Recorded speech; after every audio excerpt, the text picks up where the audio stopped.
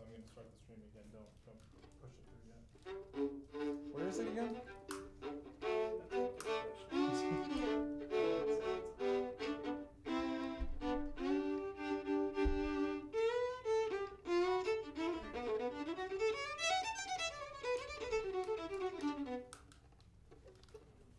Oh. We don't, not from there. We need it on her Mac. What am I doing? Crying out loud. There we go. Thank you. All punchy after all this beginning fiddle stuff. That does look how the signal looks from You getting something? So Yeah. the the bottom bow, I believe. I don't hear yeah, anything, this one but is brand new. Yeah. It hasn't been sung yet, and then the top one is mine that I had from before that has some rosin. Check one, check two. It's good for you. Cool. Yeah, thank you. Maybe I'll go ahead and rosin the new just that my piece. I have 2 boxes in the thing for it. So I wonder if I can Thank keep you. my computer from being, I don't think this is what's taking the sound. I think it's that. I just don't know. It's It hard is. for me Yeah, to tell the it is. difference. Gary's gonna kill me if this thing isn't shining. Exciting stuff. So you won't Got need it. that. You shouldn't need that Pissed stuff. off if Unless you want them. Headphones. Yeah. Well, it's just a good way for me to tell if the sound is disconnected. Oh, on the if it's screen. broken, yeah, that's a good idea. Which is something that has happened before. Mm-hmm. And then people get very frustrated.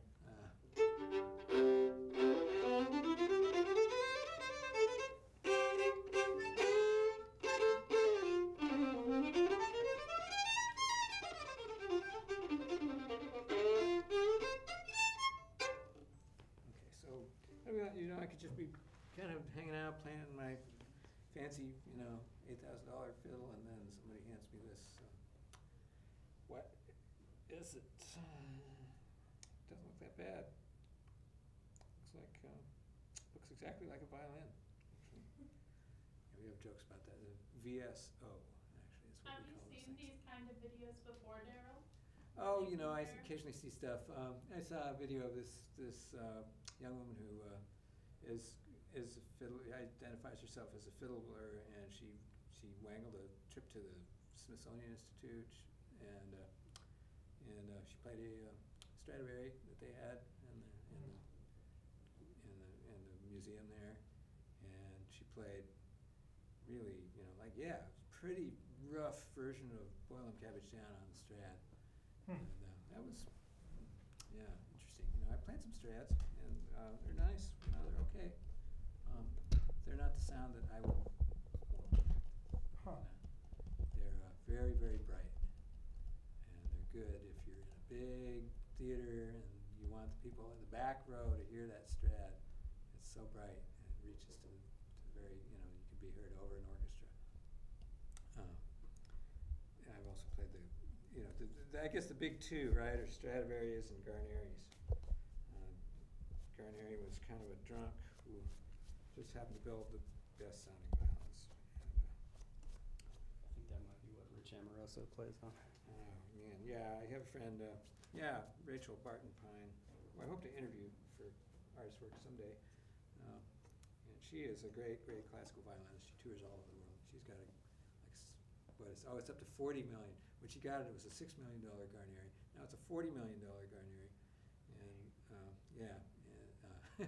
not because she hot-rodded it or anything like that. She hasn't done a thing to it except play it.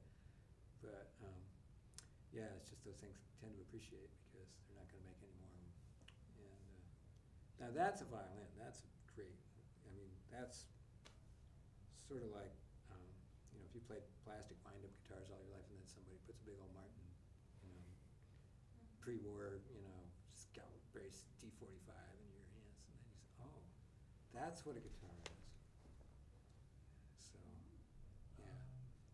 It would be great in the first few seconds to just explain what we're doing. It's great for whoever tunes in or whoever watches it, just so they know what's happening. Yeah. Cool. Yeah. Do you know what I do here? Have they told you? I'm in digital marketing, so I'm a content marketer. So I make content that markets products, specifically ArtistWorks. Nice. Yeah. So that's what we're going to use this for. Let me know if it needs to be louder. Can you talk just a Okay, little this is more? I'm so me sorry. playing. I'm talking a little bit, playing a little bit. I'm talking a little bit more. I'm gonna talk, play, talk, play, talk, play, talk, play.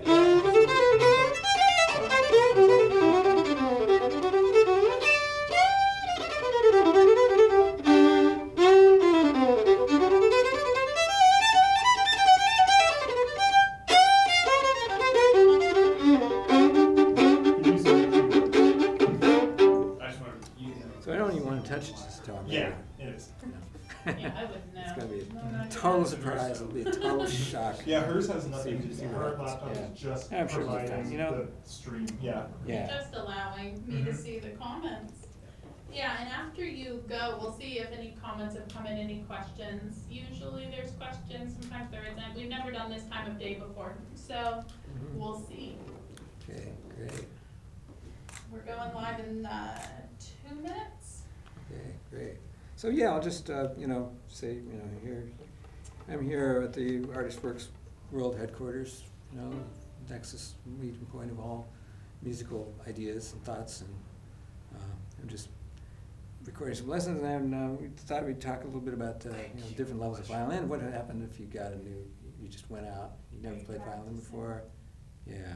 Okay, I was like, we're Bought a not new live fiddle. yet. Yeah, right, yeah. I'm just telling you what I'm going to talk about. Okay. Yeah, hopefully I'll stick to the script, whatever this is. There's no script, but I'll stick to it anyway. No, there's no script. Yeah. Stick to the formalities. Yeah. Yeah. There are certain words one must never say on the air, although that's changed quite a bit since that fellow got Already elected. getting warm in here, huh? Are these the new LED ones, or, no, not yet?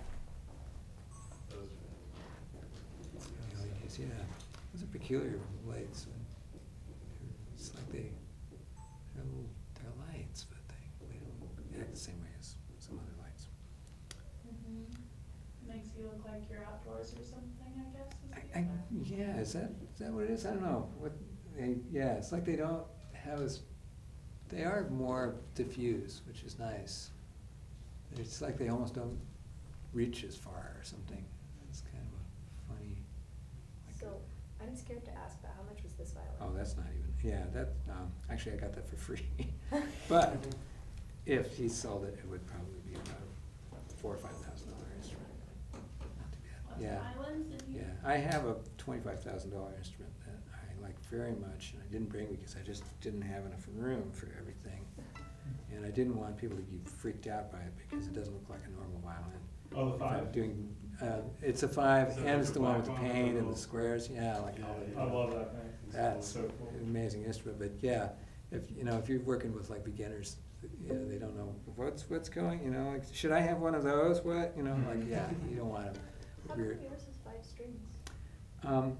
'Cause I like having the low string, I just love that, it's, I've been playing 5 strings for about 10 years now. To buy a fiddle. I'm never going back, it's All just the right, way. we're about to go live, All right. guys. Let's do this. Okay. Ready? Yeah.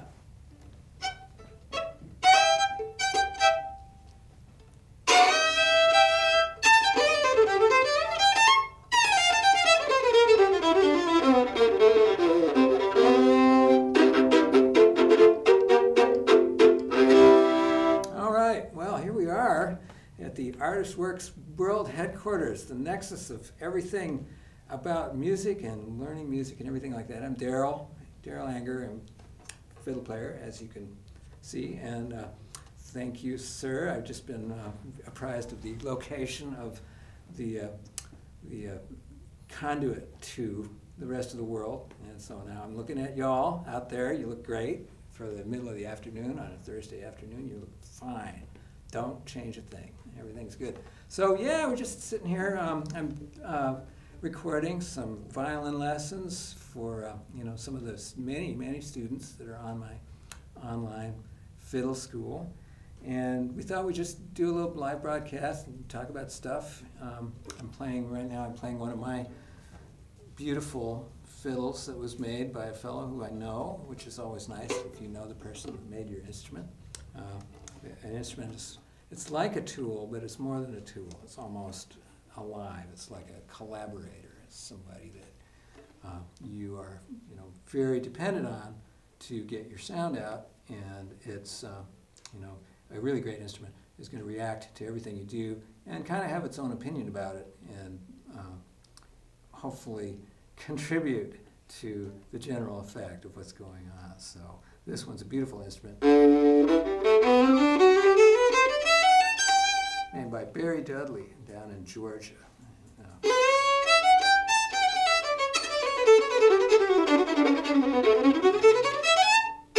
Any mistakes that I make in the course of this broadcast, you know, are solely my responsibility, have nothing to do with the maker of the instrument. So there you have it. I know that we're supposed to do that as kind of disclaimers. So yeah, but there's another fiddle in the room, isn't there? There's we've been kind of thinking about that. One of the biggest questions that people have, you know, we have a lot of beginner students on the site, and they're always wondering, well, what should I look for? You know, what should I buy a new instrument? Should I buy an old instrument? Should I buy one? You know, if a guy comes up to me on the street and offers me a violin, you know, and it's like he's got it in his you know, overcoat, he opens up his overcoat and there's the violin. Should I buy it? Well, probably not, but you know, the general quality of brand new instruments, especially starter violins, has really gone up a lot in the last 20 or 30 years. And that's exactly just what we happen to have here. Actually, somebody, let's take a look at this one here. This is a brand new instrument, and you paid like what, like $120 for it? Probably. Like I didn't actually pay for it this time. It was an exchange, but the standard price for that one where I got it is, yeah, it's probably around $120. Standard price, $120 for a very nice looking instrument. All the parts are, you know, attached. It's got all 4 strings. That's very cool. And yeah, so let's take a look at this thing. Let's see what's going on with it. I'm just going to put my little orthopedic device. Now, many violin players like to, you know, ultimately you should be able to just put the violin in your chin, walk around, do everything you do. You know, you can go to the bank, you know, maybe like, you know, drive while you're just holding the violin. But for many of us, that is a lot easier if we get one of these little shoulder rest jobs that just slip right on the back of the violin. Then all of a sudden, then it really is easy. I could do just about anything. I could, like, you know, shuck oysters or, you know, sort cabbage or whatever it is that musicians do to make money. All right, so this is a nice looking instrument. It's very clean. The lines are clean. All the joints are, the seams. Violin is made up of about 144 parts, all separate parts that all get glued together and shaped. And then we have this, and there's like the bridge. The bridge is movable. The bridge actually could come right off the instrument if it wasn't being held down by the strings. And that is actually a thing that can be adjusted very easily if you do, you know, if you hold it right and are careful, and you can actually move the bridge into the right position. And you can see that they're on these, what we call the F holes, because they look like F. Well, this one looks like an F. This one looks like a backwards F. That's what it looks like. They have these little nicks in the holes that tell you where the bridge is supposed to go. And that's the function of those. So looks like the bridge is now in the perfect position. We want to make sure that the bridge isn't leaning over one way or the other. And this bridge is leaning a little bit, you can see, but it's not too bad. It doesn't look like it's going to fall over anytime soon. You can see that up there. Yeah, all right.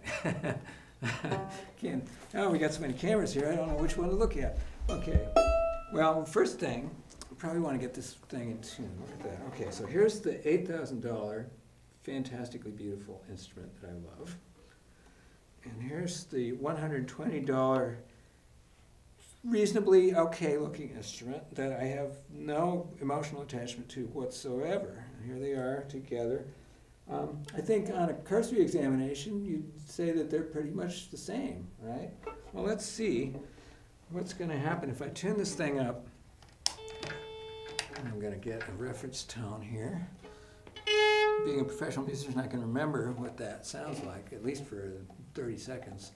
And then I'm going to use these pegs. Now, most violins are using 14th century technology on the tuning pegs, and that can cause problems because they're only held in by friction.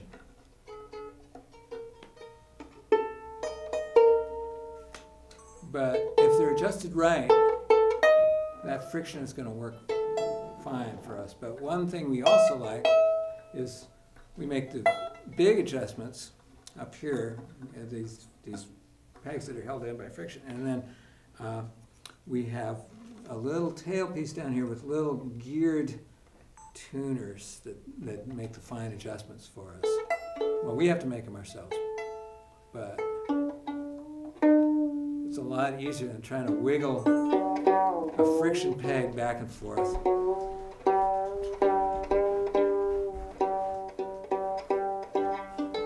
So now we're roughly in the ballpark. The violin is tuned G, a G note, in case all you out there with perfect pitch. That's pretty close to G right now. We're going to make it closer. And then a fifth away is D, and then a fifth away from that is A, and then an E. So G, D, A, E. Same difference between all the strings, which is very handy if you're trying to improvise, do any of that. Those of you who are guitar players know that there's kind of a funny anomaly in the tuning of that instrument. One string is a different interval.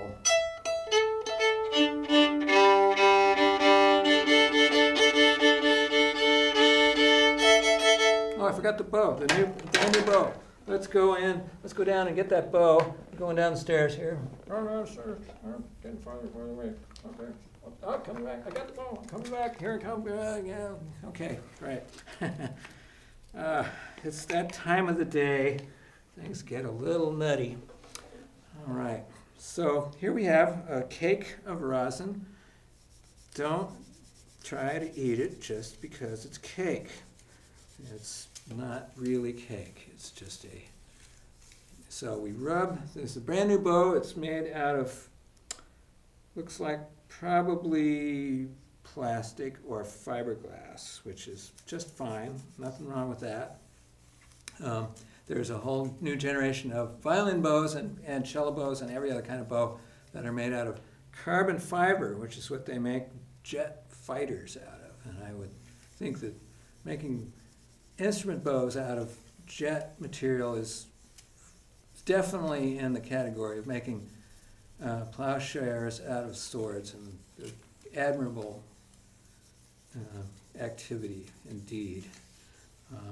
Yeah, I don't have any problem with, and especially the carbon fiber bows are great because, when you think about us and trees and everything that's alive, there's a heck of a lot of carbon in us, and so carbon fiber is not really that different from a tree trunk, really, if you think about it, which I think too much. Okay, so we've got a rosined up bow here. We don't want to use too much rosin. We don't want to tighten the bow too much, just enough. So let's see what this $120 fiddle sounds like.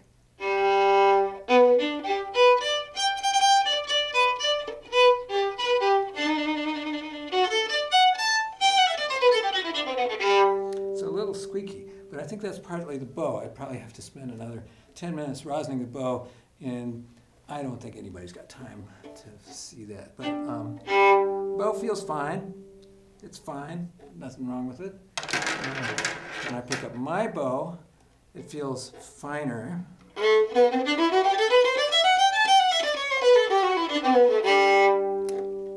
Sounds really good.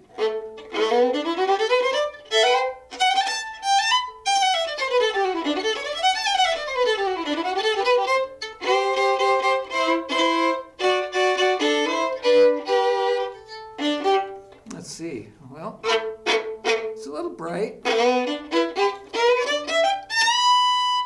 Ha!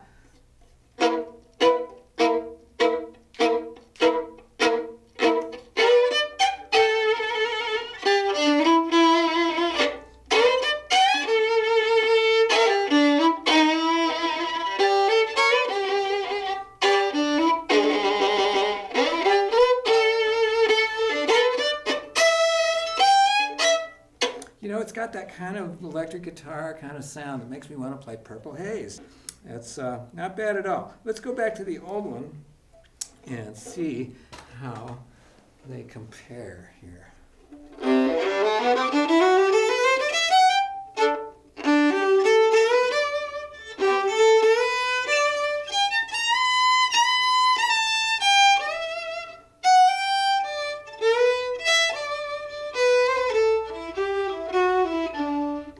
Quick change.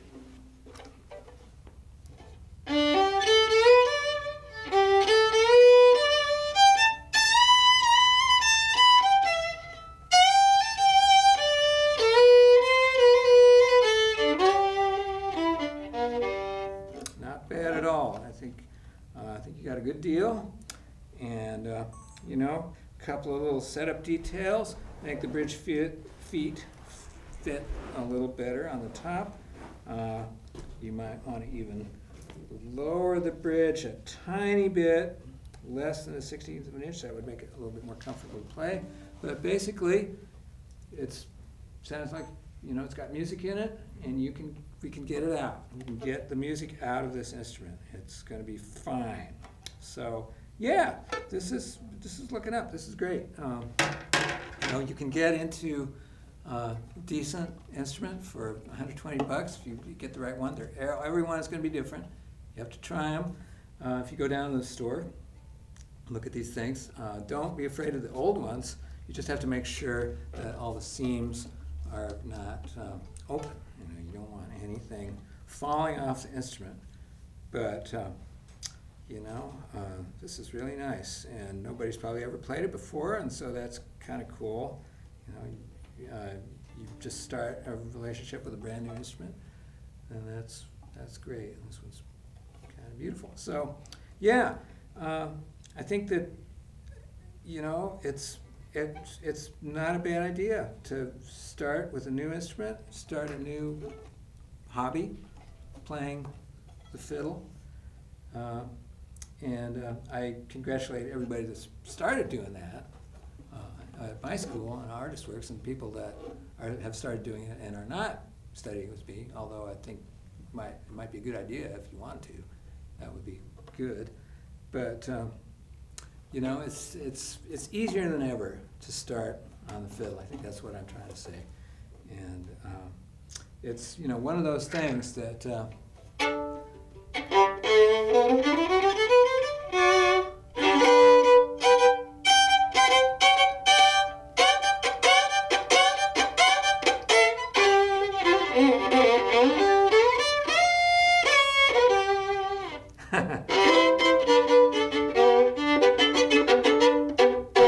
boom! Yeah, you know, the violin is capable of any kind of music. You could play electric guitar licks, you could play country fiddle licks, you could play Tchaikovsky, you could play fake Tchaikovsky. All that stuff is, it works great on this instrument. And it takes a little while. I admit, the learning curve is not what you'd get with the ukulele, for instance. But you can do so much more on a violin than you can with a ukulele. And I guess that's the carrot. It's also the stick. But we have a stick right here. So anyway, nice seeing everybody. You all look great still. You might be a little bludgeoned by the whole thing, but stay with it. Friday's close, it's coming in, and then there's the weekend and it's spring. So yeah, go buy a fiddle.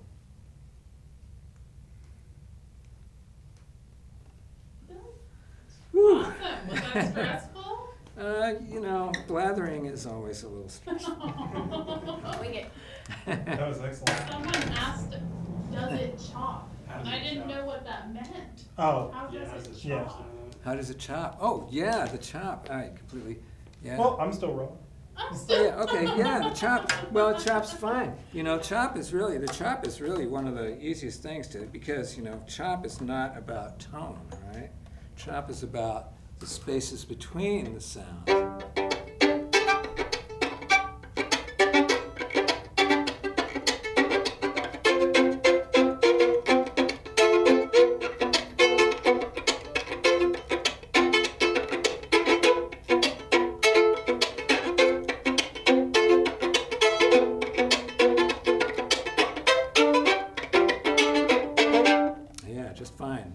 with that shop. Beatboxing with the violin. Yeah, totally. That's what we do. That's great. All right. You had 300 live viewers. Woo! Wow. Damn. Congrats. And people are sharing it, so they want their friends to see it. Well, apparently. good. So that's I'm great. gonna share it and title it "Watch Darol Anger Roast My Violin." That was awesome. Let's see if I can A wreck lot of it. fun. Stand right next to that light. All right.